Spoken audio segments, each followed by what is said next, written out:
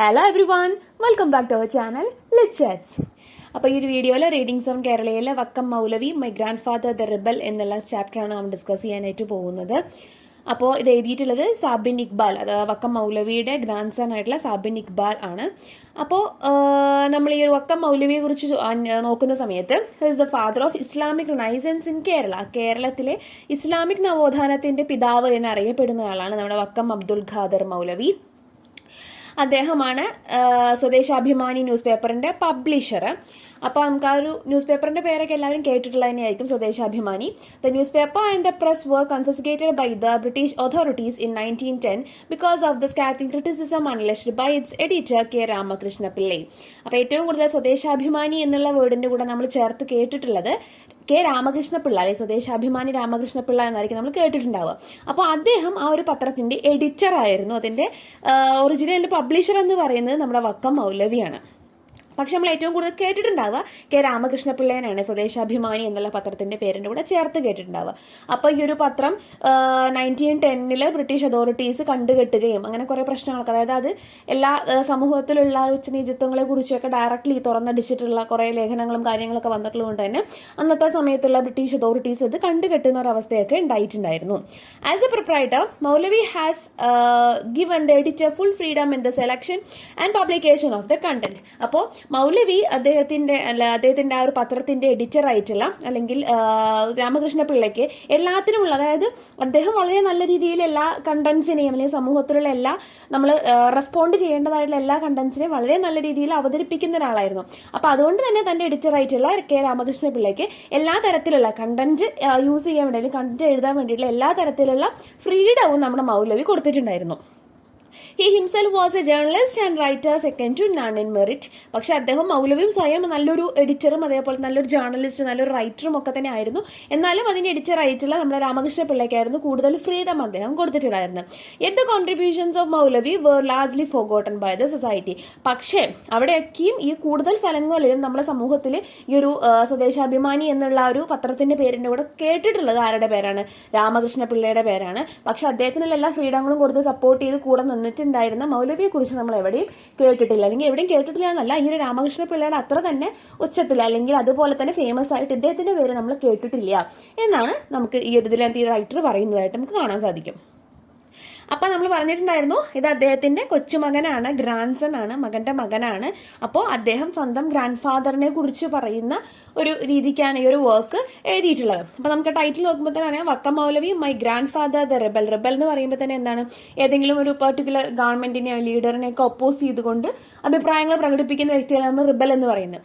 അപ്പോൾ അതുപോലത്തെ ഒരു ആളായിരുന്നു നമ്മുടെ വക്കം മൗലവി എന്നുള്ള രീതിക്കാണ് അദ്ദേഹത്തിന്റെ ഗ്രാൻഡ് സൺ എഴുതിയിട്ടുള്ളത് ഈ ഒരു വർക്കിൽ. അപ്പൊ എന്താണ് ഇതിനകത്ത് പറയുന്നത് നമുക്ക് ലൈൻ ബൈ ലൈൻ ആയിട്ട് നോക്കാം.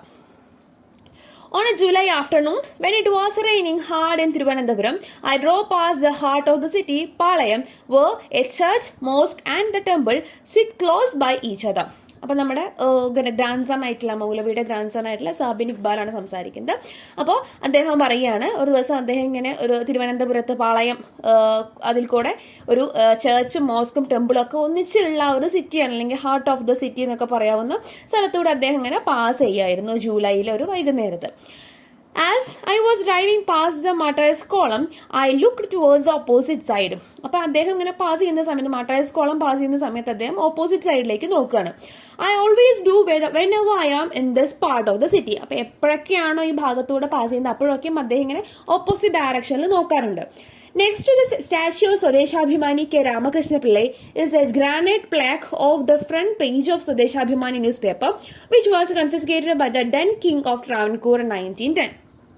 അപ്പോൾ ഓപ്പോസിറ്റിലേക്ക് എന്തിനാണ് അദ്ദേഹം നോക്കുന്നത്? അദ്ദേഹം നോക്കുന്ന സമയത്ത് അവിടെ കാണാൻ സാധിക്കുന്നത് സ്വദേശാഭിമാനി കെ രാമകൃഷ്ണ പിള്ളയുടെ ആ ഒരു പ്രതിമയ്ക്ക് തൊട്ടടുത്ത് തന്നെ ഗ്രാനൈറ്റിൽ തീർത്തിട്ടുള്ള സ്വദേശാഭിമാനി ന്യൂസ് പേപ്പറിന്റെ 1910 ട്രാൻകോർ കിങ് കണ്ടുകെട്ടിയിട്ടുണ്ടായിരുന്ന സ്വദേശാഭിമാനി ന്യൂസ് പേപ്പറിന്റെ ഫ്രണ്ട് പേജ് ഇങ്ങനെ ഗ്രാനൈറ്റ് പ്ലേക്ക് രൂപത്തിൽ ഇങ്ങനെ ഉണ്ടാക്കി വെച്ചിട്ടുള്ള ഒരു പ്രതിമ പോലെ ഇങ്ങനെ സ്വദേശാഭിമാനി രാമകൃഷ്ണ പിള്ളയുടെ ഒരു പ്രതിമയുണ്ട്.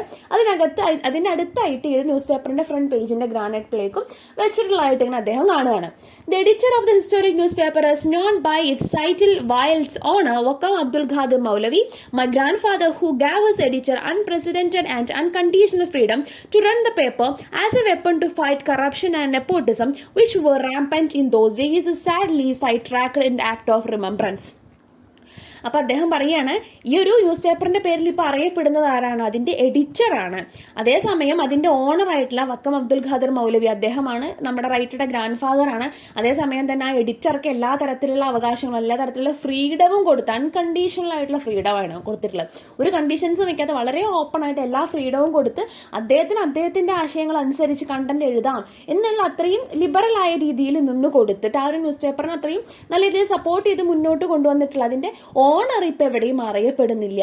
മറിച്ച് ആ ഒരു സമൂഹത്തിന്റെ എല്ലാ എന്താ പറയുക കറപ്ഷൻസും നെപ്പോട്ടിസത്തിനും ഒക്കെ എതിരെ സംസാരിക്കാൻ വേണ്ടി സപ്പോർട്ട് കൊടുത്ത് കൂടെ നിന്നിട്ടും ഏറ്റവും കൂടുതൽ തവണ അല്ലെങ്കിൽ ഇപ്പം എന്താണ് ഓർക്കപ്പെടുന്നത് ആ ഒരു ന്യൂസ് പേപ്പറിന്റെ കൂടെ എപ്പോഴും ചേർത്ത് പറയപ്പെടുന്നത് ആരുടെ പേരാണ്? എഡിറ്ററായിട്ടുള്ള രാമകൃഷ്ണ പിള്ളയുടെ പേരാണ്. അതേപോലെ തന്നെ അതിന്റെ ഓണറുടെ പേര് ഇപ്പം എന്താണ് സൈഡ് ട്രാക്കഡ് ആയി മാറിയിരിക്കുന്നത്, മാറ്റി നിർത്തിയിരിക്കുകയാണ്. അദ്ദേഹം ഒന്നും അല്ലാതെ അല്ലെങ്കിൽ എന്താ പറയുക ഒരു സൈഡ് ട്രാക്ക് മാറ്റി നിർത്തപ്പെട്ടു എന്നൊരവസ്ഥയിൽ ആണ് ഇപ്പോൾ കാണുന്നത് അല്ലെങ്കിൽ വർഷങ്ങളായിട്ട് കണ്ടുകൊണ്ടിരിക്കുന്നതെന്നാണ് അദ്ദേഹം പറയുന്നത്. The acclaimed Kenyan writer Ngugi Thiong'o says what the colonizers did was replace memory. അപ്പോൾ കെനിയൻ റൈറ്റർ ആയിട്ടുള്ള ഗുഗി തിയോങ്കോ ഒരിക്കൽ പറഞ്ഞിട്ടുണ്ടായിരുന്നു, കോളനൈസേഴ്സ് ചെയ്യുന്നത് റീപ്ലേസ് മെമ്മറി, ഓർമ്മകളെ റീപ്ലേസ് ചെയ്യുകയാണ് എന്ന് പറഞ്ഞിട്ടുണ്ടായിരുന്നു. ഒന്നുകൂടി ഡീറ്റെയിൽ ആയിട്ട് പറയുന്നുണ്ട്. Erasing a people's traditional memory and replacing it with colonisers. അതായത് ഓൾറെഡി അവർ എവിടെയാണോ കോളനൈസേഴ്സ് ചെന്ന് പെടുന്നത് അവിടെയുള്ള ജനങ്ങളുടെ ഉള്ളിൽ ഓൾറെഡി ഉള്ള ഒരു ട്രഡീഷണൽ ആയിട്ടുള്ള പരമ്പരാഗതമായിട്ടുള്ള ആ ഒരു മെമ്മറികളെ തുടച്ചു മാറ്റിയിട്ട് അതിന്റെ സ്ഥാനത്ത് അവരുടേതായിട്ടുള്ള മെമ്മറീസ് അല്ലെങ്കിൽ അവരുടേതായിട്ടുള്ള കണ്ടന്റുകൾ അവിടെ റീപ്ലേസ് ചെയ്യുകയാണ് ചെയ്തിട്ടുണ്ടായിരുന്നത്. എക്സാമ്പിൾസ് പറയുന്നുണ്ട്. When they change the names of streets, roads, railway stations, airports, cities and towns, it is a way of erasing memories associated with them and creating a new realm of memories. അപ്പോൾ അവർ വന്ന സമയത്ത് colonisers വന്ന സമയത്ത് സ്ട്രീറ്റുകൾക്കും റോഡുകൾക്കും railway സ്റ്റേഷൻസിനൊക്കെ തനതായ ഒരു പേരുകൾ traditional ആയിട്ടുള്ള പേരുകൾ ഉണ്ടായിരുന്നിരിക്കാം. അതിനെയൊക്കെയും റീപ്ലേസ് ചെയ്തിട്ട് അവരുടേതായ പേരുകൾ അവിടെ കൊണ്ടുവരികയാണ് ചെയ്തത്. അപ്പോൾ അതെന്താണ് ഉദ്ദേശിക്കുന്നത്? ആ ഒരു പഴയ മെമ്മറീസ് അല്ലെങ്കിൽ ട്രഡീഷണൽ ആയിട്ടുള്ള ആ ജനതയുടെ ആ നാട്ടിലുള്ള ആളുകളുടെ മെമ്മറികളെ റീപ്ലേസ് ചെയ്ത് അവരുടേതായിട്ടുള്ള കോളനൈസേഴ്സിൻ്റെതായിട്ടുള്ള ഒരു പുതിയ മെമ്മറികൾ അല്ലെങ്കിൽ പുതിയ പേരുകൾ അവിടെ കൊണ്ടുവരിക എന്നതിൽ കൂടെ ഇപ്പൊ അദ്ദേഹം പറഞ്ഞ പോലെ റീപ്ലേസ് മെമ്മറി എന്നൊരു പ്രോസസ് ആയിരുന്നു അവർ ചെയ്തിട്ടുണ്ടായിരുന്നത്. Thiong'o says that in the present we rely on our memories of the past to prepare for tomorrow. അപ്പം നമ്മൾ എന്താ ചെയ്യുന്നത്? നമ്മുടെ തന്നെ പഴയ മെമ്മറീസിനെ യൂസ് ചെയ്തുകൊണ്ടാണ് നമ്മൾ ഫ്യൂച്ചറിനെ കുറിച്ച് അല്ലെങ്കിൽ നാളെയെക്കുറിച്ച് അല്ലെങ്കിൽ നാളേക്ക് വേണ്ടി നമ്മൾ സ്വയം പ്രിപ്പയർ ചെയ്തുകൊണ്ടിരിക്കുന്നത്. Omission is also an equally effective tool to alter the narrative. Since my early childhood, I somehow knew that the photograph of the old, bearded and typical Moulavi in the textbooks was not my grandfather's. അപ്പം അദ്ദേഹം പറയാണ് അദ്ദേഹത്തിന്റെ ചെറുപ്പം മുതൽക്കാണ് text ബുക്കുകളിലൊക്കെ മൗലവി എന്ന് പറഞ്ഞിട്ട് കുറെ photographs ഒക്കെ കാണാറുണ്ട്. പക്ഷെ അതൊന്നും ആക്ച്വലി അദ്ദേഹത്തിന്റെ ഗ്രാൻഡ് ഫാദറിന്റെ അല്ല. അതായത് ഒറിജിനൽ വക്കം അബ്ദുൽ ഖാദർ മൗലവിയുടെ ഫോട്ടോസ് അല്ല ടെക്സ്റ്റ് ബുക്കിലും പല സ്ഥലങ്ങളിലും പലതരത്തിലുള്ള പുസ്തകങ്ങളിലും ഒന്നും കണ്ടുവന്നിരുന്നത്. അതായത് കണ്ടിട്ടുള്ള ഫോട്ടോകളിലൊക്കെ താടിയൊക്കെ വെച്ച് തലയിലൊക്കെ കെട്ടൊക്കെ കെട്ടിയിട്ടുള്ള അങ്ങനത്തെ ഒരാളെയാണ് എല്ലാ സ്ഥലത്തും കാണിച്ചിട്ടുണ്ടായിരുന്നത്. പക്ഷെ ആക്ച്വലി അദ്ദേഹത്തിന്റെ ഗ്രാൻഡ് ഫാദർ ഒറിജിനൽ ആയിട്ടുള്ള മൗലവി ഒരിക്കലും ആ ഒരു രൂപത്തിൽ അല്ലായിരുന്നു. The family stories and the many anecdotes I have heard from my childhood did not fit the man the textbooks carried. Text ബുക്കുകൾ കാണിച്ചിരുന്ന ആ ഒരു വ്യക്തിയായിട്ട് ഒരു ബന്ധവും ഇല്ലാത്ത രീതിക്കായിരുന്നു അദ്ദേഹത്തിന്റെ കുടുംബത്തിലുള്ള ആളുകൾ. അതായത് ഫാദറും അതേപോലെ തന്നെ ഫാദറിന്റെ ഏട്ടന്മാര് ചേച്ചിമാര് അങ്ങനെ കുറെ പേര് അതേപോലെ അങ്ങനെ ഫാമിലിയിലുള്ള അങ്കിൾസ് ആന്റീസ് അങ്ങനത്തെ കുറെ പേരൊക്കെ അവരൊക്കെയും സംസാരിച്ചിരുന്നതുമായിട്ട് ഒരു ബന്ധവും ഇല്ലാത്തൊരു രൂപമായിരുന്നു ടെക്സ്റ്റ് ബുക്കുകളിലൊക്കെ കണ്ടിട്ടുണ്ടായിരുന്നു അദ്ദേഹത്തിന്റെ grand ഫാദറിന്റെ. We had written many times to the government department saying that the photographs, there were 2 or 3 different photographs, were not of Vakkom Moulavi, but no one cared to listen. അപ്പോൾ അവർ പലതവണ ആ കുടുംബത്തിലുള്ള അവരുടെ ആളുകൾ കുറേ തവണ ശ്രമിച്ചിട്ടുണ്ടായിരുന്നു. ഗവൺമെന്റിന് ഒരുപാട് ലെറ്ററുകളും കാര്യങ്ങളൊക്കെ എഴുതിയിട്ടുണ്ടായിരുന്നു. അതായത് നിങ്ങൾ പബ്ലിഷ് ചെയ്ത് കൊടുക്കുന്ന ടെക്സ്റ്റ് ബുക്കുകളും കാര്യങ്ങളൊക്കെ കാണിക്കുന്ന ആ ഒരു പിക്ചറിലുള്ള ആളല്ല ഒറിജിനലി ഉള്ള മൗലവി എന്ന് ഒരുപാട് തവണ പറഞ്ഞിട്ടുണ്ടായിരുന്നു. ഫാമിലിയിലെ ആളുകൾ ഗവൺമെന്റിനോടും അതിനനുസരിച്ചിട്ടുള്ള അധികൃതരുടെ അടുത്തൊക്കെ പറഞ്ഞിട്ടുണ്ടായിരുന്നു. പക്ഷെ പക്ഷേ അവരൊന്നും അത് കേട്ടിട്ടുണ്ടായിരുന്നില്ല. They just needed a photograph which looked like a Moulavi. ഒരു മൗലവി ആണെന്ന് തോന്നിക്കുന്ന രീതിയിൽ, ഒരു താടിയും തലയിൽ ഒരു കെട്ടുമൊക്കെ ഉള്ള രീതിക്ക്, ഒരു കണ്ടാൽ തന്നെ മൗലവി എന്ന് തോന്നിക്കുന്ന രീതിയിലുള്ള ഒരു രൂപം അല്ലെങ്കിൽ അങ്ങനത്തെ ഒരു ഫോട്ടോഗ്രാഫ് വേണമെന്ന് മാത്രമേ അവർക്കുണ്ടായിരുന്നുള്ളൂ. ഒറിജിനൽ മൗലവി ആരാണ് അല്ലെങ്കിൽ അദ്ദേഹത്തിന്റെ രൂപം എന്താണ് അതൊന്നും ആർക്കും അറിയേണ്ടിയിരുന്നില്ല. My grandfather died at the age of 58 and the photographs were those of an octogenarian, but as long as it looks like a Moulavi, who cares for facts. അപ്പോൾ അദ്ദേഹം പറയാണ്, അദ്ദേഹത്തിന്റെ ഗ്രാൻഡ് ഫാദർ ഒറിജിനലി മൗലവി മരിച്ചിട്ടുണ്ടായിരുന്നത് 58-ാമത്തെ വയസ്സിലായിരുന്നു. പക്ഷേ ആ ഒരു ഫോട്ടോഗ്രാഫുകളിലൊക്കെ ഉള്ള ആളൊരു ഒക്ടോജനേറിയൻ ആണ്. അതായത് ഒരു 80 മുതൽ 89 വയസ്സിന്റെ ഇടയിലുള്ള അത്രയും ഏജ്ഡ് ആയിട്ടുള്ള ഒരാളാണ്. ആക്ച്വലി അത്രയും പ്രായം വരെയൊന്നും അദ്ദേഹം ജീവിച്ചിട്ട് പോലും ഉണ്ടായിരുന്നില്ല. പക്ഷെ ഫോട്ടോഗ്രാഫുകളിലൊക്കെ അത്രയും ഏജ്ഡ് ആയിട്ടുള്ള ഒരാളായിരുന്നു അവർ കാണിച്ചിട്ടുണ്ടായിരുന്നു. അപ്പം അദ്ദേഹം പറയാണ്, മൗലവിയെ പോലെ ഒരു മൗലവി എന്ന് പറയുമ്പോൾ നമുക്ക് മനസ്സിൽ വരുന്ന ഒരു രൂപമാണുള്ളത്. അപ്പൊ പിന്നെ എന്തിനാണ്, ആരാണ് അതിനെ മൈൻഡ് ചെയ്യുന്നത്, അല്ലെങ്കിൽ ഒറിജിനലി എന്താണ് രൂപം എന്നുള്ളത് ആരും കെയർ ചെയ്യുന്നില്ല. My sister and I used to say, looking at the smudged, poorly reproduced photograph in our social studies text, that he was not our grandfather. അപ്പോൾ അദ്ദേഹത്തിന്റെ സിസ്റ്ററും അദ്ദേഹമൊക്കെ എപ്പോഴും പറയാറുണ്ടായിരുന്നു, ടെക്സ്റ്റ് ബുക്കിലുള്ള ഒരു സ്മഡ്ജർ ആയിട്ടുള്ള ഒരു ഫോട്ടോഗ്രാഫ്, മൗലവി എന്നും പറഞ്ഞ് കാണിക്കുന്ന ഫോട്ടോഗ്രാഫ് കാണുമ്പോൾ എപ്പോഴും പറയാറുണ്ടായിരുന്നു, ഇതല്ല നമ്മുടെ ഗ്രാൻഡ് ഫാദർ എന്നുള്ളത് പറയാറുണ്ട്. Our father, his youngest son, used to smile, a wry, helpless smile, as he had no memory of his father, who passed away when he was just a toddler. അപ്പം നമ്മുടെ റൈറ്ററുടെ father എന്ന് പറയുന്നത് മൗലവിയുടെ ഏറ്റവും ചെറിയ മകനാണ്, ഇളയ മകനാണ്. അപ്പം അതുകൊണ്ട് തന്നെ അദ്ദേഹത്തിന് എന്തില്ല, അദ്ദേഹത്തിന്റെ അച്ഛനെ കണ്ട് അല്ലെങ്കിൽ വലിയ ഓർമ്മയില്ല. അതായത് അദ്ദേഹം ചെറിയ കുട്ടിയായിരിക്കട്ടെ, ടോഡലായിരിക്കുന്ന സമയത്ത് തന്നെ അച്ഛൻ മരിച്ചിട്ടുണ്ട്, മൗലവി മരിച്ചിട്ടുണ്ട്. അപ്പം അതുകൊണ്ട് തന്നെ ഇദ്ദേഹത്തിന്റെ അച്ഛന്, അതായത് നമ്മുടെ റൈറ്ററുടെ അച്ഛന് അദ്ദേഹത്തിന്റെ അച്ഛനായിട്ടുള്ള മൗലവിയെ കുറിച്ച് വലിയ രൂപത്തിനെ കുറിച്ച് വലിയ ഓർമ്മയൊന്നുമില്ല. അപ്പം ഈ ഒരു കാര്യം ഫോട്ടോഗ്രാഫ് മുത്തശ്ശന്റെ എല്ലാം എന്ന് പറയുന്ന സമയത്തൊക്കെയും അദ്ദേഹം, നമ്മുടെ റൈറ്ററിന്റെ അച്ഛൻ എന്താണ്, വെറുതെ ഒരു എന്താ പറയുക, ഒരു ഹെൽപ്ലെസ് ആയിട്ടൊരു ചിരിയാണ് ചിരിക്കാറുള്ളത്. It then became the need of the family to replace the photograph of the unknown Moulavi with the real photograph of Vakkom Moulavi, lest it be an injustice to the very identity of a man who had worked hard and spent all his bequeathed wealth for the uplift of society and his own community. അപ്പം അദ്ദേഹം പറയാണ്, originally അവരുടെ വീട്ടിൽ originally ആ ഒരു മൗലവി എന്നുള്ളൊരു അദ്ദേഹത്തിന്റെ original photograph ഉണ്ടെങ്കിൽ പോലും ആ ഒരു ഫോട്ടോഗ്രാഫിന് എന്ത് സംഭവിച്ചു എന്നാ പറയുന്നത്, അത് അവർ റീപ്ലേസ് ചെയ്യേണ്ടതായിട്ട് വരുന്ന ഒരു അവസ്ഥ വരെ എത്തി. അതായത് എല്ലാവരുടെയും കണ്ണിലുള്ള മൗലവി എന്ന് പറയുന്നത് ഏതോ ഒരാളാണ്, ഒരു അൺനോൺ ആയിട്ടുള്ളൊരു മാനാണ്. അപ്പോൾ അയാളുടെ ഫോട്ടോ എടുത്ത് ഇവരുടെ വീട്ടിൽ വെക്കേണ്ട ഒരു അവസ്ഥ വന്നു. അതായത് ഒറിജിനലി അദ്ദേഹത്തിന്റെ ഒരു ഐഡന്റിറ്റി എന്ന് പറഞ്ഞിട്ട് ഇപ്പോൾ നാട്ടുകാർ അറിയുന്നത് ആ ഒരു പരിചയം ഇല്ലാത്ത ഏതോ ഒരു വ്യക്തിയുടെ ഫോട്ടോഗ്രാഫ് വെച്ചിട്ടാണ്. അപ്പോൾ സ്വന്തം പണവും അല്ലെങ്കിൽ സ്വന്തം ആരോഗ്യം മുഴുവൻ സമൂഹത്തിന്റെ ഒരു ഉന്നമനത്തിന് വേണ്ടി ചെലവഴിച്ച ആ ഒരു വ്യക്തി അറിയപ്പെടണമെങ്കിൽ, അദ്ദേഹത്തിന്റെ വീടാണ് എന്ന് അറിയപ്പെടണമെന്നുണ്ടെങ്കിൽ, അല്ലെങ്കിൽ അദ്ദേഹത്തിന്റെ ഐഡന്റിറ്റി അക്സെപ്റ്റ് ചെയ്യപ്പെടണമെന്നുണ്ടെങ്കിൽ ഏതോ ഒരാളുടെ രൂപമായിട്ട് മറ്റുള്ളവരുടെ കണ്ണിൽ പെട്ടിട്ടുള്ള ആ ഒരു ഫോട്ടോ ഇവരുടെ വീട്ടിൽ കൊണ്ടുവന്ന് വെക്കേണ്ട ഒരു അവസ്ഥയായി എന്ന് പറയുന്നത്. ഒറിജിനൽ ഫോട്ടോഗ്രാഫുമായിട്ട് റീപ്ലേസ് ചെയ്യേണ്ട ഒരു അവസ്ഥയായി. But the challenge was that there was not a single photograph of my grandfather with any of his 10 children or grandchildren. അപ്പോൾ ആദ്യമൊക്കെ അദ്ദേഹത്തിന്റെ മൗലവിയുടെ ഒരു തരത്തിലുള്ള ഒരു ഫോട്ടോഗ്രാഫും അദ്ദേഹത്തിന്റെ 10 മക്കളുടെയും ഗ്രാൻഡ് ചിൽഡ്രന്റെയും കയ്യിൽ ഒന്നും ഉണ്ടായിരുന്നില്ല. അത് ഒരാളുടെ കയ്യിലും അദ്ദേഹത്തിന്റെ ഒറിജിനൽ ഫോട്ടോഗ്രാഫ് ഉണ്ടായിരുന്നില്ല. പക്ഷേ ഈ മക്കൾക്കൊക്കെ ഇദ്ദേഹത്തിന്റെ ഫാദർ ഒഴികെ ബാക്കിയുള്ള മുതിർന്ന കുട്ടികൾക്കൊക്കെ എന്താ കണ്ട പരിചയം ഉണ്ടല്ലോ, അത് വെച്ചിട്ടാണ് ഇവരിങ്ങനെ പറയണത്, ഇങ്ങനെ താടിയും തലയിൽ കെട്ടും അങ്ങനത്തെ എന്നുള്ള ഒരാളല്ല നമ്മുടെ അച്ഛൻ എന്നുള്ള രീതിക്ക് അവരങ്ങനെ പറയാറുണ്ടായിരുന്നത്. പക്ഷെ അവരുടെ അടുത്ത് ഒരു ഫോട്ടോഗ്രാഫ് ഒന്നും ഉണ്ടായിരുന്നില്ല.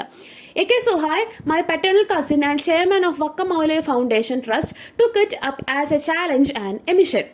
അപ്പം അദ്ദേഹത്തിന്റെ പെട്ടേണൽ കസിൻ ആയിട്ടുള്ള A.K. സുഹൈർ എന്ത് ചെയ്യാണ്, ഇതൊരു ചാലഞ്ച് ആയിട്ട് ഏറ്റെടുക്കുന്നത്. കാരണം ഒരു ഫോട്ടോഗ്രാഫും ഇല്ല, പക്ഷെ നാട്ടുകാരൊക്കെ ഇല്ലാത്ത രീതിക്കുള്ള ഒരു ഫോട്ടോഗ്രാഫ് പ്രചരിപ്പിക്കുന്നുണ്ട്. അപ്പം അതൊരു മിഷനായിട്ട് അല്ലെങ്കിൽ ഒരു ഫോട്ടോഗ്രാഫ് കണ്ടെത്തുക എന്നുള്ള ഒരു തീരുമാനത്തിലേക്ക് അദ്ദേഹം എത്തുകയുണ്ടായി.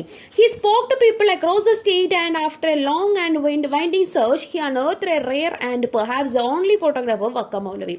അങ്ങനെ കുറേ കഷ്ടപ്പെട്ടിട്ട് അദ്ദേഹം എന്ത് ചെയ്യുന്നുണ്ട്, വക്കം മൗലവിയുടെ ഒരു ഒറിജിനൽ ഫോട്ടോഗ്രാഫ്, ഒരേ ഒരു ഫോട്ടോഗ്രാഫ് അദ്ദേഹം തപ്പിയെടുക്കുന്നുണ്ട്. We fixed the image, now we have to appropriate the man's work, his legacy. അപ്പം അങ്ങനെ അവർ ആ ഒരു ഇമേജ്, ആ ഒരു ഫോട്ടോസ് എന്ത് ചെയ്യുന്നുണ്ട്, അവരവിടെ ഫിക്സ് ചെയ്ത് വെക്കുന്നുണ്ട്. My grandfather's reformation efforts can be categorized mainly into two. അപ്പം അദ്ദേഹത്തിന് മൗലവിയുടെ റിഫോർമേഷൻസ് അല്ലെങ്കിൽ ആ ഒരു പ്രവർത്തനങ്ങളൊക്കെ 2 തരത്തിലാണ് ഉണ്ടായിരുന്നത്, സോഷ്യൽ ആൻഡ് റിലീജിയസ്, ഒരു കമ്മ്യൂണിറ്റേറിയൻ. അതായത് സോഷ്യൽ അല്ലെങ്കിൽ റിലീജിയസ്, ഈ 2 തലങ്ങളിലായിരുന്നു അദ്ദേഹത്തിന്റെ പ്രവർത്തനങ്ങൾ ഉണ്ടായിരുന്നത്. ഇനി സോഷ്യലി ആയിട്ട്, സാമൂഹികപരമായിട്ട് അല്ലെങ്കിൽ മതപരമായിട്ട്. And the tool he used to teach to reach out was journalism. ഇതിലേക്ക് പുറത്തേക്ക് എത്തിക്കാൻ അദ്ദേഹം ഉപയോഗിച്ച ടൂൾ എന്ന് പറയുന്നത് ജേർണലിസം ആയിരുന്നു. This is what Joseph Abraham writes in his book Islamic Reform and Colonial Discourse on Modern India, Socio-Political and Religious Thought of Vakkom Moulavi. Vakkom Moulavi is known as the father of the Muslim socio-religious reform movement in Kerala. അങ്ങനെയൊക്കെയാണ് ആ ഒരു സമയത്ത് Jose Abraham അദ്ദേഹത്തിന്റെ വർക്കിനകത്ത് പറയുകയുണ്ടായി. വക്കം മൗലവി എന്ന് പറയുന്നത് father of Muslim socio religious reform movement ആണ്, അല്ലെങ്കിൽ കേരളത്തിലെ ആ ഒരു റിലീജിയസ് മൂവ്മെന്റിന്റെ മുസ്ലിം സോഷ്യോ റിലീജിയസ് റിഫോം മൂവ്മെന്റിന്റെ പിതാവാണ് എന്നുള്ള രീതിക്ക് പ്രസ്താവന അദ്ദേഹം പറയുകയുണ്ടായി. He effectively used communication networks to promote his ideas of patriotism, modern education and religious reform. അദ്ദേഹം വളരെ എഫക്റ്റീവായിട്ട് തന്നെ ആ ഒരു എന്താ പറയുക ദേശസ്നേഹത്തിനെ കുറിച്ച് അല്ലെങ്കിൽ മോഡേൺ എഡ്യൂക്കേഷനെ കുറിച്ച് അല്ലെങ്കിൽ മതപരമായിട്ടുള്ള റിഫോർമേഷനെ കുറിച്ചൊക്കെയുള്ള കാര്യങ്ങൾ കമ്മ്യൂണിക്കേറ്റ് ചെയ്യാൻ വേണ്ടി അദ്ദേഹത്തിന് സാധിച്ചിട്ടുണ്ടായിരുന്നു. The son of an educated and wealthy merchant, he received a well rounded education, characteristics of the children belonging to the noble Ashraf class. അപ്പോൾ ആ ഒരു സമയത്ത് അദ്ദേഹത്തിന്റെ ഫാദർ എന്ന് പറയുന്നത് വളരെ വെൽത്തി ആയിട്ടുള്ള അല്ലെങ്കിൽ വളരെ ധനികനായിട്ടുള്ള അല്ലെങ്കിൽ വളരെ വിദ്യാഭ്യാസമൊക്കെ ഉള്ള ഒരു മെർച്ചന്റ് ആയിരുന്നു. അപ്പൊ അതുകൊണ്ട് തന്നെ അദ്ദേഹത്തിന് എന്തും കിട്ടിയിട്ടുണ്ടായിരുന്നു, അദ്ദേഹത്തിന് വളരെ നല്ല രീതിയിലുള്ള വിദ്യാഭ്യാസം കിട്ടിയിട്ടുണ്ടായിരുന്നു. അതും ആ കാലത്തൊക്കെ വളരെ നോബിൾ ആയിട്ടുള്ള ഉയർന്ന കാറ്റഗറിയിലുള്ള ആളുകൾക്കൊക്കെ കിട്ടിയിരുന്ന അല്ലെങ്കിൽ ഉയർന്ന ജാതി കാര്യങ്ങളിലൊക്കെ ഉണ്ടെന്ന ആളുകൾക്ക് മാത്രം കിട്ടിയിരുന്ന വളരെ നല്ല രീതിയിലുള്ള എഡ്യൂക്കേഷൻ അദ്ദേഹത്തിനും കിട്ടിയിട്ടുണ്ടായിരുന്നു. Like his contemporaries, he was shaped by discourse on modernity, nationalism and socio-religious reform movements in Kerala, North India and Egypt, spearheaded by Muhammad Abdu and Rashid Rida through the periodical Almanar. അപ്പോൾ അദ്ദേഹത്തിന്റെ ആ ഒരു കാലഘട്ടത്തിൽ കൂടെ ഉണ്ടായിരുന്ന അല്ലെങ്കിൽ കൂടെ പഠിച്ചിരുന്ന അല്ലെങ്കിൽ കൂടെ ഉണ്ടായിരുന്ന ആളുകളെയൊക്കെ പോലെ തന്നെ അദ്ദേഹത്തിനും എന്തുണ്ടായിരുന്നു, സോഷ്യോ റിലീജിയസ് റിഫോം മൂവ്മെന്റ്സിനെ കുറിച്ച്, അതേപോലെ തന്നെ നാഷണലിസത്തിനെ കുറിച്ച്, മോഡേണിറ്റിയെ കുറിച്ച്, അങ്ങനത്തെ കാര്യങ്ങളെ കുറിച്ച് വളരെ നല്ല രീതിയിലുള്ള എന്താ പറയുക ഒരു അറിവ് അല്ലെങ്കിൽ അതിലൊക്കെ ഒരു ഇൻട്രസ്റ്റും കാര്യങ്ങളൊക്കെ വന്നിട്ടുണ്ടായിരുന്നു. He was A strong patriot and began his career as A journalist. അദ്ദേഹം വളരെ ഉറച്ച ഒരു എന്താ പറയുക ദേശസ്നേഹിയായിരുന്നു, ദേശത്തിനോട് ഭയങ്കര സ്നേഹവും കാര്യങ്ങളൊക്കെ ഉണ്ടായിരുന്ന ആളായിരുന്നു. അതേപോലെ തന്നെ അദ്ദേഹം ഒരു നല്ലൊരു ജേർണലിസ്റ്റ് കൂടെയായിരുന്നു. In 1905 he started a Malayalam news paper named Swadeshabhimani. ഒരു ഇയർ ഓർത്ത് വയ്ക്കുക, 1905 സ്വദേശാഭിമാനി എന്നുള്ള ന്യൂസ് പേപ്പർ അദ്ദേഹം സ്റ്റാർട്ട് ചെയ്തു. സ്വദേശാഭിമാനി എന്നുള്ള വാക്കിന്റെ അർത്ഥം തന്നെ പാട്രിയറ്റ് എന്നുള്ളതാണ്, ദേശസ്നേഹം എന്നുള്ള ഒരു രീതിക്കാണ്. To educate people about their rights and responsibilities and campaign for a responsible government committed to public welfare in Travancore. ആ പത്രത്തിന്റെ ഉദ്ദേശം തന്നെ ആളുകളെ എഡ്യൂക്കേറ്റ് ചെയ്യുക, അതായത് അവരുടെ അവകാശങ്ങൾ എന്താണ്, അവരുടെ റെസ്പോൺസിബിലിറ്റീസ് എന്തൊക്കെയാണ് എന്നൊക്കെ മറ്റുള്ളവർക്ക് ബോധ്യപ്പെടുത്തി കൊടുക്കുക എന്നൊരു എയിം വെച്ചിട്ടാണ് ആ ഒരു പത്രം തന്നെ വന്നിട്ടുള്ളത്. He used his journals to in Malayalam. 2 Malayalam journals അദ്ദേഹത്തിന് ഉണ്ടായിരുന്നു. ഒന്നിന്റെ പേര് മുസ്ലിം എന്നാണ്, 1906 വന്നതാണ്. മറ്റത് ദീപിക 1931. അതേപോലെ തന്നെ അറബിക് മലയാളം ജേർണലും ഉണ്ടായിരുന്നു. അൽ ഇസ്ലാം എന്ന് പറയുന്ന 1918 വന്നിട്ടുള്ള ഒരു ജേർണലായിരുന്നു. To motivate, ഇതെന്തിനായിരുന്നു, to motivate Muslims to pursue modern education and to bring them to the forefront of the nationalist movement. ഈ ജേർണൽസിന്റെ ഉദ്ദേശം എന്ന് പറയുന്നത് മുസ്ലിംസിന് മോഡേൺ എഡ്യൂക്കേഷനുള്ള താല്പര്യം കൊണ്ടുവരിക, അല്ലെങ്കിൽ മോഡേൺ എഡ്യൂക്കേഷൻ അവർക്ക് സ്വീകരിക്കാൻ വേണ്ടിയിട്ട് അവരെ പ്രേരിപ്പിക്കുക, അതേപോലെ തന്നെ അങ്ങനെ നാഷണലിസ്റ്റ് മൂവ്മെന്റിന്റെ ഒരു മുഖ്യധാരയിലേക്ക് മുസ്ലിങ്ങളെ കൊണ്ടുവരിക എന്നൊക്കെയുള്ള എയിമായിരുന്നു ഈ ജേർണൽസ് കൊണ്ട് അദ്ദേഹം ഉദ്ദേശിച്ചിട്ടുണ്ടായിരുന്നത്. He also initiated a religious reform movement among Mappilas, condemning popular religion and rejecting the authority of ulama. അപ്പൊ അതേപോലെ തന്നെ അദ്ദേഹം ഇനീഷ്യേറ്റ് ചെയ്ത കാര്യങ്ങൾ എന്തൊക്കെയായിരുന്നു, initiated religious reform movement among മാപ്ലാസിന്റെ ഇടയിൽ ഒരു റിലീജിയസ് ആയിട്ടുള്ള റീഫോം മൂവ്മെന്റ് കൊണ്ടുവരികയും അതേപോലെ തന്നെ ആ സമയത്തുണ്ടായിരുന്ന പോപ്പുലർ റിലീജിയനും അതേപോലെ തന്നെ ആ സമയത്തുണ്ടായിരുന്ന ഒരു അതോറിറ്റി ഓഫ് ഉലമയുടെ അതോറിറ്റിയും ഒക്കെ അവർ കണ്ടം ചെയ്യുകയും ചെയ്തിട്ടുണ്ടായിരുന്നു. It has always amazed me how a man who had never travelled outside Kerala had such A progressive world view and A futuristic and contemporary outlook. അപ്പൊ നമ്മുടെ റൈറ്റർക്ക് എപ്പോഴും അദ്ദേഹത്തിന്റെ ഗ്രാൻഡ് ഫാദറിനെ കുറിച്ച് അത്ഭുതം തോന്നുമായിരുന്നു. കാരണം കേരളത്തിന് പുറത്ത് ഇതുവരെ പോയിട്ടില്ലാത്ത ഒരാൾക്ക് എങ്ങനെയാണ് ഇത്രയും നല്ലൊരു പ്രോഗ്രസീവ് ആയിട്ടുള്ള പുരോഗമനപരമായിട്ടുള്ള ഒരു വേൾഡ് വ്യൂ, അതേപോലെ തന്നെ ഭാവിയെ കുറിച്ചുള്ള അല്ലെങ്കിൽ ഫ്യൂച്ചറിസ്റ്റിക് ആയിട്ടുള്ള ഒരു ഔട്ട്ലുക്ക്, ഒരു വീക്ഷണമൊക്കെ എങ്ങനെ കിട്ടി എന്ന് ആലോചിച്ച് അദ്ദേഹം എപ്പോഴും അത്ഭുതപ്പെടുമായിരുന്നു. His thoughts and ideas had never gone down well with the Muslim orthodoxy in Kerala. Muslim orthodox വിഭാഗങ്ങളുടെയൊക്കെ അവരുമായിട്ട് സപ്പോർട്ട് ചെയ്യുന്ന രീതിയിൽ അല്ലെങ്കിൽ അവരുടെ താഴെ നിൽക്കുന്ന രീതിയിൽ ഒരിക്കലും അദ്ദേഹത്തിന്റെ ideas പോയിട്ടുണ്ടായിരുന്നില്ല.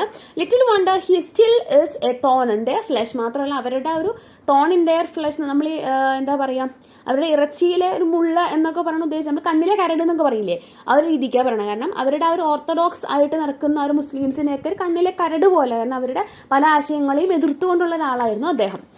M.A. Shaku, senior assistant editor of Dawn and later London correspondent of Pakistan Times and one of Vakkom Moulavi's nephews, once wrote, അദ്ദേഹത്തിന്റെ നെഫ്യൂ എഴുതിയിട്ടുള്ള കാര്യമാണ് പറയുന്നത്, Moulavi Abdul Khader did not accept the puritanical excesses, petty intolerance and the violent methods of enforcement often associated with Muhammad ibn Abdul Wahhab and his movement. അപ്പോൾ അദ്ദേഹത്തിന് nephew ഒരിക്കൽ എഴുതേണ്ടായിട്ടുണ്ട്. നമ്മുടെ മൗലവി എന്ന് പറയുന്ന അദ്ദേഹം ഈ പറയുന്ന പ്യൂരിറ്റാനിക്കൽ എക്സസുകൾ, അതായത് ഭയങ്കരമായിട്ടുള്ള മോറൽ വാല്യൂസ് കീപ്പ് ചെയ്യണം, അങ്ങനെ ഇങ്ങനെ എന്ന് പറഞ്ഞ കൺസെപ്റ്റുകളുണ്ട്. അതാണ് ഈ പ്യൂരിറ്റാനിക്കൽ എക്സസ് എന്ന് പറയുന്നത്. അപ്പോൾ അത്തരത്തിലുള്ള കാര്യങ്ങളൊന്നും ഒരിക്കലും അക്സെപ്റ്റ് ചെയ്തിരുന്നില്ല. അതേപോലെ തന്നെ ഒരു എന്താ പറയുക, ഒരു തരം അസഹിഷ്ണുതകൾ, അതേപോലെ തന്നെ വയലന്റ് ആയിട്ടുള്ള എൻഫോഴ്സ്മെന്റ് കൊണ്ടുവരാൻ വേണ്ടിയുള്ള ഒരു വയലന്റ് മെത്തേഡ്സ് ഓഫ് എൻഫോഴ്സ്മെന്റ്, അതായത് വയലന്റ് ആയിട്ടുള്ള രീതികൾ, അതിനെയൊന്നും അദ്ദേഹം ഒരിക്കലും അക്സെപ്റ്റ് ചെയ്തിരുന്നില്ല. ആരെ പോലെ എന്താ പറയുന്നത്, മുഹമ്മദ് ഇബ്ൻ അബ്ദുൽ വഹാബിനെ പോലെ തന്നെ, അല്ലെങ്കിൽ അദ്ദേഹത്തിനെ ഫോളോ ചെയ്യുന്ന, അല്ലെങ്കിൽ അദ്ദേഹമായിട്ട് ഒരു അസോസിയേറ്റ് ചെയ്ത് പോകുന്ന രീതിക്കുള്ള പ്രവർത്തനങ്ങളായിരുന്നു ഉണ്ടായിരുന്നത് എന്നാണ് പറയുന്നത്. അപ്പം ഈ മുഹമ്മദ് ഇബ്ൻ അബ്ദുൽ വഹാബ് എന്ന് പറയുന്ന ഒരു അറേബ്യൻ ഇസ്ലാമിക് സ്കോളറാണ്. On the other hand, he believed in a secular society and worked hard to reform the Muslim community in Kerala because he knew unless minority communities were reformed and developed, India as a country could not make any real progress. അപ്പോൾ അദ്ദേഹം എന്ത് ചെയ്തിട്ടുണ്ടായിരുന്നു, ഈ പറയുന്ന religious ആയിട്ടുള്ള അല്ലെങ്കിൽ moral ആയിട്ടുള്ള കാര്യങ്ങൾക്ക് ഇമ്പോർട്ടൻസ് കൊടുക്കുന്നതിനെ കൂടുതലായിട്ട് അദ്ദേഹം സെക്യുലർ സൊസൈറ്റിയിലായിരുന്നു വിശ്വസിച്ചിട്ടുണ്ടായിരുന്നത്, മതനിരപേക്ഷമായിട്ടുള്ള സമൂഹത്തിലായിരുന്നു അദ്ദേഹം വിശ്വസിച്ചിട്ടുണ്ടായിരുന്നത്. അതേപോലെ തന്നെ മുസ്ലിം കമ്മ്യൂണിറ്റീനെ ഒന്ന് മുഖ്യധാരയിലേക്ക് കൊണ്ടുവരിക, അല്ലെങ്കിൽ ഒന്ന് പുരോഗമിപ്പിച്ച് റിഫോം ചെയ്ത് കൊണ്ടുവരിക എന്നുള്ളത് അദ്ദേഹത്തിന്റെ വലിയൊരു ആശയമായിരുന്നു. കാരണം എന്താണ്, അദ്ദേഹത്തിനെ സംബന്ധിച്ച് കേരളത്തിലുള്ള ഇത്തരത്തിലുള്ള മുസ്ലിംസിനെ പോലെയുള്ള മൈനോറിറ്റീസിനെ മുന്നോട്ട് കൊണ്ടുവന്നാൽ മാത്രമേയാണ് നമുക്ക് ഇന്ത്യ പോലെ ഒരു രാജ്യത്തിനെ, ഒരു എന്താ പറയുക സെക്യുലർ ആയിട്ട് നിൽക്കുന്ന ഒരു രാജ്യത്തിനെ ഒരു പുരോഗമനത്തിലേക്ക് കൊണ്ടുവരാൻ സാധിക്കും. അപ്പോൾ ആദ്യം മൈനോറിറ്റീസിനെ പുരോഗമനത്തിലേക്ക് കൊണ്ടുവന്നാലാണ് നമ്മുടെ മൊത്തത്തിലുള്ള രാജ്യത്തിനെ തന്നെ പുരോഗമനത്തിലേക്ക് കൊണ്ടുവരാനായിട്ട് സാധിക്കുകയുള്ളൂ, റിയൽ പ്രോഗ്രസ്സിലേക്ക് എത്തിക്കാൻ സാധിക്കുകയുള്ളൂ എന്ന് അദ്ദേഹം വിശ്വസിച്ചിട്ടുണ്ടായിരുന്നു. At a time and in an India where religious intolerance and jingoism had taken to violent and weird methods of expression, where a Maulavi should by all means be an enemy within and a patriot Muslim is an oxymoron, Vakkom Moulavi's story should be told in a different light. അപ്പോൾ ആ ഒരു കാലഘട്ടത്തിൽ എന്ന് പറയുന്നത് എന്താ പറയുക, at a time and in India where religious intolerance and jingoism, അതായത് റിലീജിയസ് ഇൻടോളറൻസും ജിങ്കോയിസം എന്ന് പറയുന്നത് എക്സ്ട്രീം ആയിട്ടുള്ള പാട്രിയോട്ടിസം ഉണ്ട്, ഭയങ്കരമായിട്ടുള്ള പാട്രിയോട്ടിസം ഉണ്ടല്ലോ. അപ്പോൾ അങ്ങനത്തെ കാര്യങ്ങളും മതപരമായിട്ടുള്ള അസഹിഷ്ണുതകളും ഒക്കെ അതിന്റെ റിസൾട്ട് എന്ന് പറയുന്നത് എന്താണ്, violent and word methods of expression ആണ്. അതൊക്കെയും എക്സ്പ്രസ് ചെയ്യുന്നത്, ഈ പറയുന്ന എക്സ്ട്രീം പാട്രിയോട്ടിസവും ആ ഒരു മതപരമായിട്ടുള്ള അസഹിഷ്ണുതയൊക്കെ എക്സ്പ്രസ് ചെയ്യുന്നത് വയലന്റ് ആയ രീതിയിലായിരുന്നു ആ ഒരു കാലഘട്ടത്തിൽ. ആ ഒരു സിറ്റുവേഷനിൽ മൗലവി എന്ന് പറയുമ്പോൾ തന്നെ Moulavi should by all means be an enemy within, അവർക്ക് ആ കൂട്ടത്തിലുള്ള ആളുകൾക്ക് ആ വയലന്റ് ആയിട്ട് ആ ഒരു ഇൻടോളറൻസും ജിങ്കോയിസും ഒക്കെ പ്രകടിപ്പിക്കുന്ന ആളുകളുടെ ഇടയിൽ മൗലവി എന്ന് പറഞ്ഞൊരു എനിമിയായിരുന്നു, ഒരു ശത്രുവിനെ പോലെയായിരുന്നു കണ്ടിട്ടുണ്ടായിരുന്നത്. And a patriotic Muslim is an oxymoron എന്ന് പറഞ്ഞിട്ടുണ്ടെങ്കിൽ ഓപ്പോസിറ്റ് നിൽക്കുന്ന രണ്ട് കാര്യങ്ങൾ ഒന്നിച്ചു ചേർത്ത് പറയുന്നതാണ്. അപ്പോൾ പാട്രിയോട്ട് മുസ്ലിം, അത് പാട്രിയോട്ട് എന്നുള്ള വേർഡും മുസ്ലിം എന്നുള്ള വേർഡും ഓക്സിമറൺ ആണ് എന്നാണ് പറയുന്നത്. അതായത് ഒരു മുസ്ലിമിന് ഒരിക്കലും പാട്രിയോട്ട് ആവാൻ സാധിക്കില്ല, ദേശസ്നേഹി ആവാൻ സാധിക്കില്ല എന്നൊരു കൺസെപ്റ്റാണ് അതിൽ വരുന്നത് കേട്ടോ. അപ്പോൾ അത്തരത്തിലുള്ള വിശ്വാസമായിരുന്നു ആ ഒരു കാലഘട്ടത്തിൽ ഉണ്ടായിരുന്നത്. Vakkom Moulavi's story should be told in a different light. അപ്പോൾ ആ ഒരു കാലഘട്ടത്തിൽ ഇതുപോലെ വക്കം മൗലവി എന്ന് പറയുന്ന ഒരാളെ സ്റ്റോറി പറയണമെന്നുണ്ടെങ്കിൽ അതെന്താണ്, ഒരു ഡിഫറെന്റ് ലൈറ്റിൽ തന്നെ അത് പറയേണ്ടതുണ്ട്. He was a man with a beautiful mind, വളരെ നല്ല മനസ്സുള്ള ഒരാളായിരുന്നു, with dreams of a secular and united India where people of different faiths lived in harmony. അപ്പോൾ അദ്ദേഹത്തിന്റെ മനസ്സിലുള്ള ഒരു ഇന്ത്യ എന്ന് പറയുന്ന അദ്ദേഹത്തിന് ഒരുപാട് സ്വപ്നങ്ങൾ ഉണ്ടായിരുന്നു, വളരെ മതനിരപേക്ഷമായിട്ടുള്ള അല്ലെങ്കിൽ ഭയങ്കര ഐക്യത്തോടു കൂടി പോകുന്ന ഒരു ഇന്ത്യ, അല്ലെങ്കിൽ ഇന്ത്യയിലെ ജനങ്ങളെയായിരുന്നു അദ്ദേഹം സ്വപ്നം കണ്ടിട്ടുണ്ടായിരുന്നത്.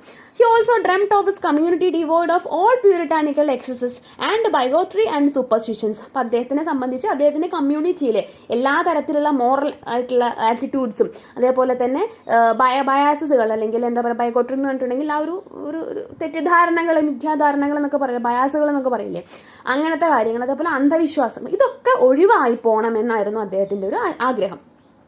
He had once written a lead under the title Hindu-Muslim Unity എന്നുള്ള ടൈറ്റിൽ നിന്നാണ് അദ്ദേഹം ഒരിക്കൽ എഴുതാണ്ടായി in his Al-Muslim magazine that Muslims should abstain from slaughtering cows and buffaloes even during Eid അതാ if it hurts religious susceptibilities of the Hindus. അപ്പം അദ്ദേഹം പറയുന്നത് ഈദിനൊക്കെ ഈ പറയുന്ന പോലെ ബുഫാലോസിനെയും കൗസിനെയൊക്കെ സ്ലോട്ടർ ചെയ്യുന്ന ആ ഒരു സിസ്റ്റം ഇപ്പം ഹിന്ദുസിനെ സംബന്ധിച്ച് ഹിന്ദുസിന് അതൊരു എന്താ പറയുക അവരുടെ സെൻസിറ്റിവിറ്റീനെ ബാധിക്കുന്ന ഒരു കാര്യമാണ്, അല്ലെങ്കിൽ അവർക്ക് വിഷമം ഉണ്ടാക്കുന്ന ഒരു കാര്യമാണ് എന്നുണ്ടെങ്കിൽ ഈദിന് വരെ ഇത്തരത്തിൽ കൗസിനെയും ബുഫാലോസിനെയൊക്കെ സ്ലോട്ടർ ചെയ്യുന്നത് നിർത്തണം, അല്ലെങ്കിൽ അത് തടയുക എന്നുള്ള രീതിക്ക് വരെ ഒരു മുസ്ലിം എന്ന നിലയ്ക്ക് അദ്ദേഹം എഴുതിയിട്ടുണ്ടായിരുന്നു എന്നാണ് പറയുന്നത്. Imagine, a century ago, a Muslim scholar from a small southern corner of the country urging his own community to do their bit for Hindu-Muslim unity. അദ്ദേഹം ഒരു സെഞ്ചുറിക്ക് മുന്നേ തന്നെ അല്ലെങ്കിൽ ഒരു നൂറ്റാണ്ടിന് മുന്നേ ഉണ്ടായിരുന്ന ഒരു മുസ്ലിം, അതും നമ്മുടെ ഇത്രയും സ്മോൾ സദേൺ കോർണറിൽ ജീവിക്കുന്ന ഒരു വ്യക്തി, അദ്ദേഹത്തിന്റെ സ്വന്തം മതത്തിൽപ്പെട്ട ആളുകളോട് തന്നെ ഒരു ഹിന്ദു മുസ്ലിം യൂണിറ്റിക്ക് വേണ്ടിയിട്ട് എന്തെങ്കിലും അവരുടേതായ രീതികൾ മാറ്റി വെക്കണം എന്ന് പറഞ്ഞിട്ടുണ്ടെങ്കിൽ അത് എത്ര വലിയ കാര്യമാണെന്നൊന്ന് ഇമാജിൻ ചെയ്ത് നോക്കൂ എന്നാണ് പറയുന്നത്. He also had a sharp mind. അദ്ദേഹത്തിന് വളരെ ഷാർപ്പായിട്ടുള്ള മൈൻഡ് ഉണ്ടായിരുന്നു. Born into a wealthy family in the erstwhile princely state of Travancore, he was trained in languages and subjects by hand-picked scholars. അദ്ദേഹത്തിന് പല ലാംഗ്വേജുകളിലൊക്കെ ട്രെയിനിങ് കിട്ടിയിട്ടുണ്ടായിരുന്നു. His wide reading and quest for knowledge helped him shape A national outlook and realise the importance of education for social development. Through foreign publications and books, he was in touch with what was happening around the world, be it matters to do with Islam, science or geopolitics. അപ്പോൾ അദ്ദേഹത്തിന്റെ പലതരത്തിലുള്ള വർക്കുകളും അല്ലെങ്കിൽ പുറത്തുനിന്നുള്ള ഒരുപാട് വർക്കുകളൊക്കെ അല്ലെങ്കിൽ പബ്ലിക്കേഷൻസും ബുക്സൊക്കെ വായിക്കുന്നതുകൊണ്ട് തന്നെ അദ്ദേഹത്തിന് പുറത്തുള്ള സയൻസിനെ കുറിച്ചാണെന്നുണ്ടെങ്കിലും ഇസ്ലാംസിന്റെ സിറ്റുവേഷൻസിനെ കുറിച്ചാണെങ്കിലും അങ്ങനത്തെ എല്ലാ ജിയോ പൊളിറ്റിക്സിനെ കുറിച്ചാണെങ്കിലും ഒക്കെ നല്ല അറിവുണ്ടായിരുന്നു. Unlike most religious scholars, he encouraged students to study science and carried articles on photography and films. അപ്പോൾ പൊതുവെ റിലീജിയസ് സ്കോളർ എന്ന് പറയുമ്പോൾ തന്നെ അവർക്ക് കുട്ടികൾ സയൻസ് പഠിക്കണമെന്നോ അല്ലെങ്കിൽ എന്താ പറയുക ഫോട്ടോഗ്രാഫി, ഫിലിം അങ്ങനത്തെ മോഡേൺ ആയിട്ടുള്ള കാര്യങ്ങളൊക്കെ പഠിക്കണമെന്നുള്ളതൊന്നും താല്പര്യം ഉണ്ടാവില്ല. പക്ഷെ അവരെ പോലെ അല്ലാതെ അദ്ദേഹം ഈ പറയുന്ന സയൻസ് പഠിക്കുന്നതിനെ കുറിച്ചും ഫോട്ടോഗ്രാഫി, ഫിലിംസ് കാര്യങ്ങളൊക്കെ പഠിക്കുന്നതിനെ ഒക്കെ കുട്ടികളെ എൻകറേജ് ചെയ്യാൻ വേണ്ടി ചെയ്തിട്ടുണ്ടായിരുന്നത്. He believe they were powerful mediums. അപ്പോൾ അദ്ദേഹം വിശ്വസിച്ചിട്ടുണ്ടായിരുന്നു ഈ പറഞ്ഞ പോലെ ഫോട്ടോഗ്രാഫിയും ഫിലിംസും സയൻസും പോലത്തെ മോഡേൺ ആയിട്ടുള്ള കാര്യങ്ങളൊക്കെ പഠിപ്പിക്കുക എന്ന് പറയുന്നത് അല്ലെങ്കിൽ അത് പഠിക്കുക എന്ന് പറയുന്നത് വളരെ നല്ല പവർഫുൾ ആയിട്ടുള്ള മീഡിയം ആണ് എന്ന് അദ്ദേഹം വിശ്വസിച്ചിട്ടുണ്ടായിരുന്നു. അപ്പോൾ അതുകൊണ്ടായിരുന്നു അദ്ദേഹം അതിനൊക്കെ എൻകറേജ് ചെയ്തിട്ടുണ്ടായിരുന്നത്. അപ്പോൾ ഇത്രയും ഭാഗങ്ങളാണ് ഈ ഒരു വീഡിയോയിൽ ചെയ്യുന്നുള്ളൂ. നെക്സ്റ്റ് വീഡിയോയിൽ തീർച്ചയായിട്ടും ഇതിൻ്റെ ബാക്കിയുള്ള പോർഷൻസോട് ചെയ്യുന്നതായിരിക്കും. താങ്ക്